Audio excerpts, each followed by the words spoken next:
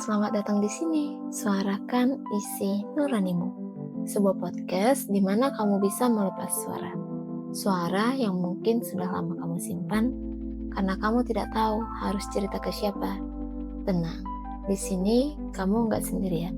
Suarakan isi nuranimu. Masih bersama saya, Kai, di channel podcast ini. Kalian juga bisa mengirimkan cerita lewat email podcastsini186@gmail.com. Dan kali ini akan sedikit berbeda ya, karena aku akan membacakan cerita dari orang-orang yang sudah mengirimkan ceritanya di lomba yang kita adakan saat memperingati Hari Kemerdekaan Indonesia yang ke-80. Oke, selamat mendengarkan.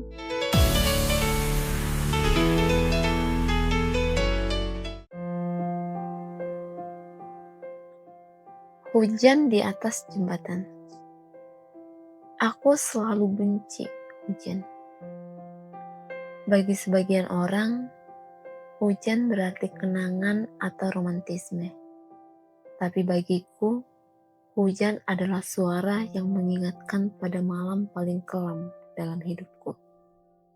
3 bulan lalu, hidupku runtuh.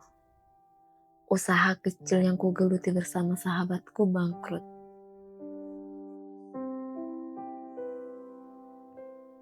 Tabunganku habis dan aku nyaris diusir dari kontrakan.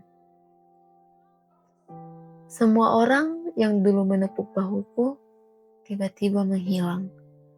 Bahkan keluargaku sendiri tak tahu aku sedang berada di titik ini.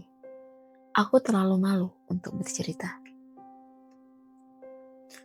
Hari itu aku berdiri di atas jembatan penyeberangan tua di tengah kota. Hujan turun deras, dan mobil-mobil di bawah melaju tanpa peduli. Aku memegang erat tas ranselku yang isinya cuma pakaian seadanya, dan selembar surat yang belum sempat kukirim. Surat itu untuk seseorang yang mungkin sudah tak peduli lagi padaku. Dalam hati, aku menimbang-nimbang pilihan. Dunia ini terlalu keras. Aku lelah. Tapi di antara suara hujan, samar-samar terdengar tangisan kecil.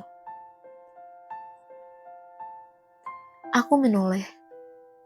Di ujung jembatan, ada seorang bocah laki-laki, mungkin 8 tahun, basah kuyup, memeluk lutut sambil menggigil. Matanya merah. Aku mendekat dan bertanya pelan. "Hei, kamu kenapa di sini sendirian?" Dia tak menjawab, hanya menatapku dengan pandangan kosong. Aku duduk di sampingnya meski bajuku makin basah. Setelah beberapa lama, dia berbisik. "Aku mau pulang, tapi rumahnya udah gak ada." Ternyata dia korban kebakaran permukiman seminggu lalu. Orang tuanya belum ditemukan. Dia kabur dari tempat penampungan karena tak tahan tidur di tengah banyak orang asing.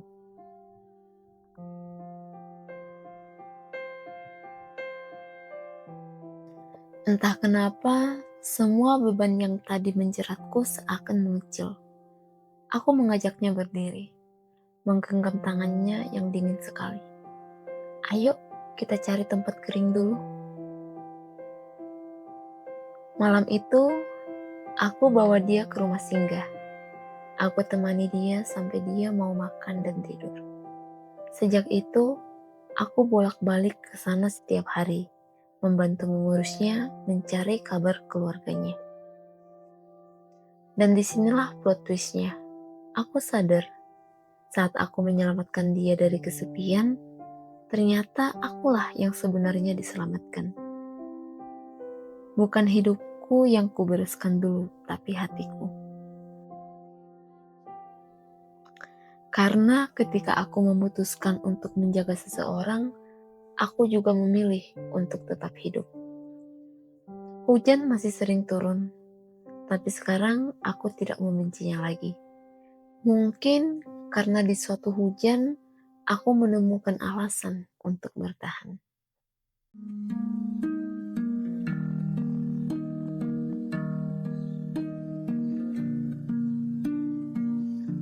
Oke, oh my god, terima kasih ceritanya.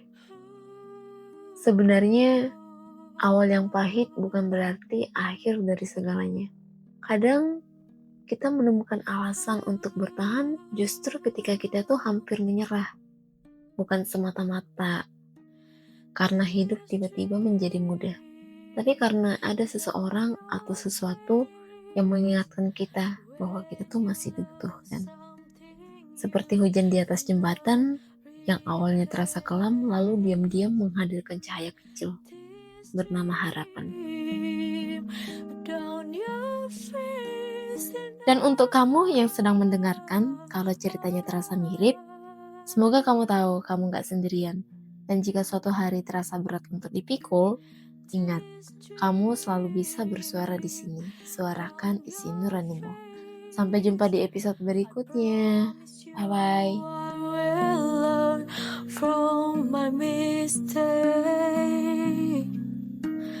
this dream down your face and